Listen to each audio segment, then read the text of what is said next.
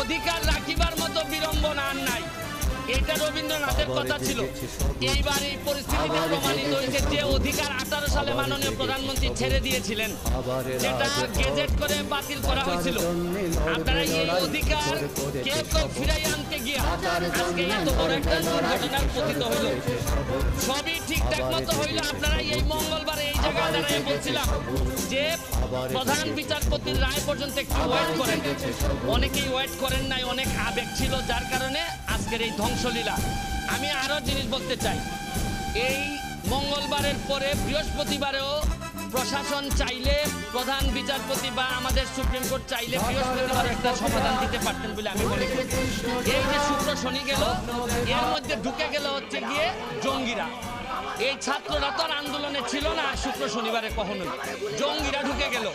আমি আর এর ভিতরে আরেকটা জিনিস বলতে চাই, আপনারা দেখেন যে অলরেডি আপনারা তো সংবাদ সম্মেলনে আছেন, আর ওইদিকে প্রায় 826 জঙ্গি, সে 80টার মতো রাইফেল টাইফেল নিয়ে ও কোথায় যে ঘুরে বেড়াচ্ছে। আচ্ছা, আপনারা কি মনে করেন যে কোটা আন্দোলন যারা, এরা নিরীহ, এরা হচ্ছে গিয়ে আমাদেরই সন্তান? তারা তো সংস্কারের কথাই চাচ্ছিল, সরকারও সংস্কার চাচ্ছিল। মধ্যখানে এই ঝামেলাটা হয়ে গেল মিসআন্ডারস্ট্যান্ডিং, এবং এই সুযোগটা নিয়ে নিল জামাত বিএনপি, সুযোগটা নিয়ে নিল হচ্ছে জঙ্গিরা।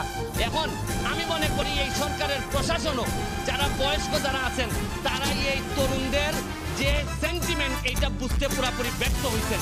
তারা তাদেরকে একদম লাইটলি নিছেন, তারা ভাবছেন যে এরা একটা লাইটলি একটা বিষয়, এবং এইটার ব্যর্থতা আমি মনে করি এই প্রশাসনের আছে।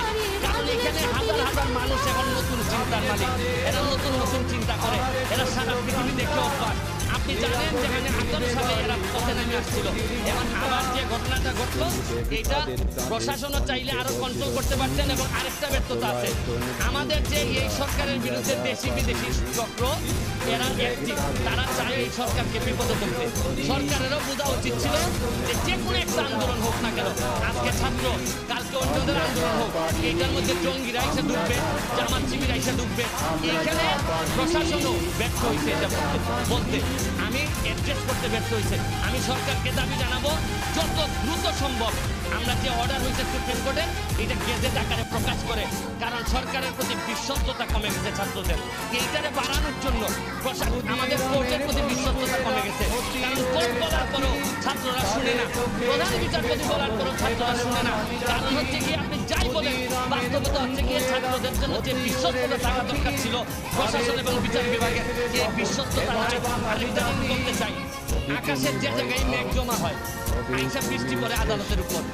আপনি বিভিন্ন সংসদের ঝামেলা, নীতি নির্ধারণের ঝামেলা, এগুলা সব কেন আইসা সুপ্রিম কোর্টে বৃষ্টিপাত হইতে হবে? এগুলা তো সুপ্রিম কোর্টের ঝামেলা ছিল না। সুপ্রিম কোর্টের ইমেজ ক্ষুণ্ণ করার জন্য এই ধরনের মেঘগুলা যথেষ্ট।